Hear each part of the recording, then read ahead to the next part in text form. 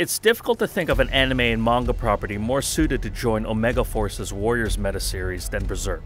Franchise protagonist Guts lives and breathes hack and slashing, although he, at first glance, can be mistaken for a one-dimensional mercenary obsessed with killing.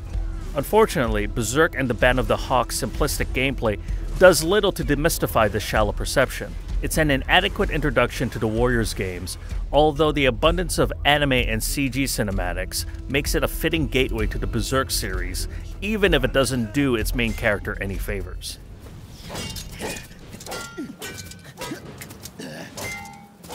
For a manga series that has lasted over 27 years, spanning myriad story arcs, it was wise of Omega Force to focus on Berserk's most well-known events, namely the narratives that have been adapted into various anime productions.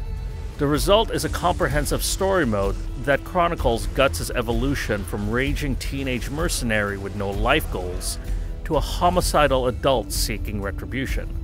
Berserk is representative of Warriors games at their most simple and straightforward, which, when compared to their recent achievements with Hyrule Warriors and Dragon Quest Heroes, is all the more disappointing.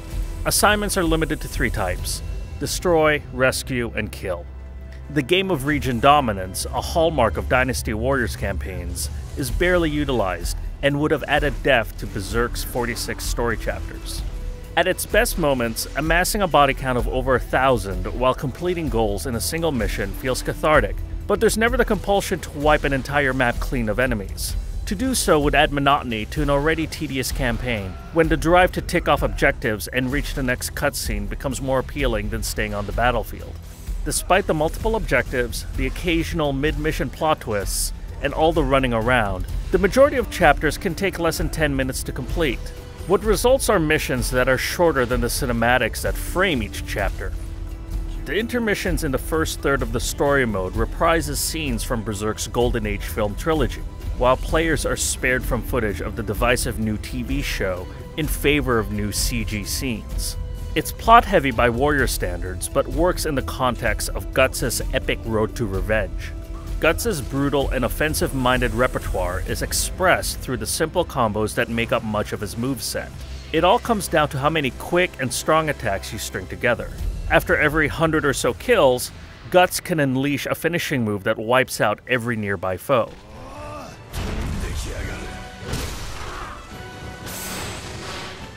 Such carnage is fitting for him, though it's easy to see how such a sense of routine can set in quickly and often. Without a greater variety of objectives, Omega Force's brand of unrefined hack and slashing becomes all the more magnified as you labor through the lengthy campaign. Free mode, a staple of the meta-series, serves as an outlet to try out Berserk's supporting cast. They all control with the same quick attack, strong attack simplicity of Guts, each with their own brutal flourishes, where 24 troops can be vanquished with a single sword stroke. The androgynous Griffin kills with the lethal grace of a fencer, while the skilled Casca moves with the agility of a ninja.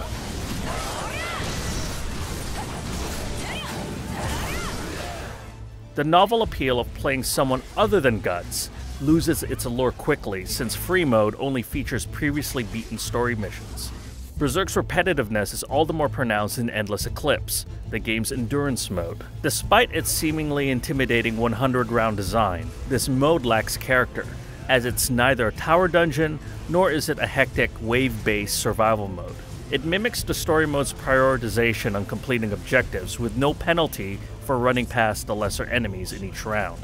It underscores Berserk's lack of replay incentives, despite the character-building rewards it bestows when completing missions. In Endless Eclipse, boredom is as much of an obstacle as anything this mode throws at you. Given how well Guts' bloodlust and battle experience are well suited to the crowd-fighting and mass slaughter of Warriors games, it's disappointing that this tie-in lacks the engagement and nuance of Omega Force's more imaginative efforts with other franchises. Its saving feature is the expansiveness of the campaign narratives, which serves as a hearty sampling of the Berserk franchise's multiple story arcs. If not for these insightful cutscenes, the developer's penchant for adequate but unengaging hack-and-slash combat would perpetuate the image of Guts as a one-note protagonist. And even if you're a Warriors fan who knows not to expect a Dark Souls level of gratifying melee combat, Band of the Hawk still deprives you of the juicy sights and sounds that one associates with Guts' savagery.